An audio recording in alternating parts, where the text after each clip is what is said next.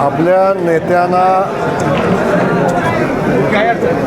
नेत्यांना कार्यकर्त्याबद्दल प्रेम असणं साहजिक आहे आणि नेत्यांनी कार्यकर्त्याबद्दल प्रेम व्यक्त करणंही साहजिक आहे.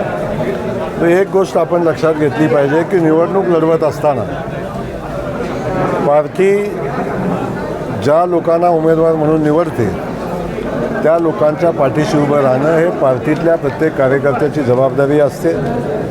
नेतृत्वानं ज्या भावना व्यक्त केलेल्या आहेत कदाचित कार्यकर्त्याच्या प्रेमापोटी केलेल्या आहेत, परंतु त्या सगळ्या नेत्यांना विश्वासात घेऊनच तिकिटाचं वाटप होईल आणि कुठल्याही नेत्यावर अशी वेळ येणार नाही की आपण पुढच्या पक्षात गेलेल्या लोकांचं काम करण्याची अशी कुठलीही वेळ येणार नाही.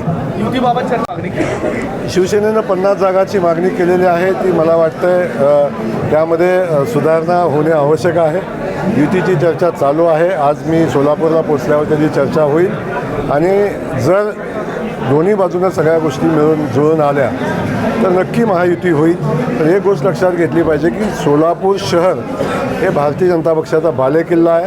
त्या ठिकाणचे तिन्ही आमदार भारतीय जनता पक्षाचे आहेत. त्या ठिकाणी आपण पाहिलं असेल की महानगरपालिकेची सत्ताही भारतीय जनता पक्षाची होती आणि त्यामुळं प्रचंड मोठी संख्या भारतीय जनता पक्षाच्याच कार्यकर्त्यांची आहे, इच्छुकांची.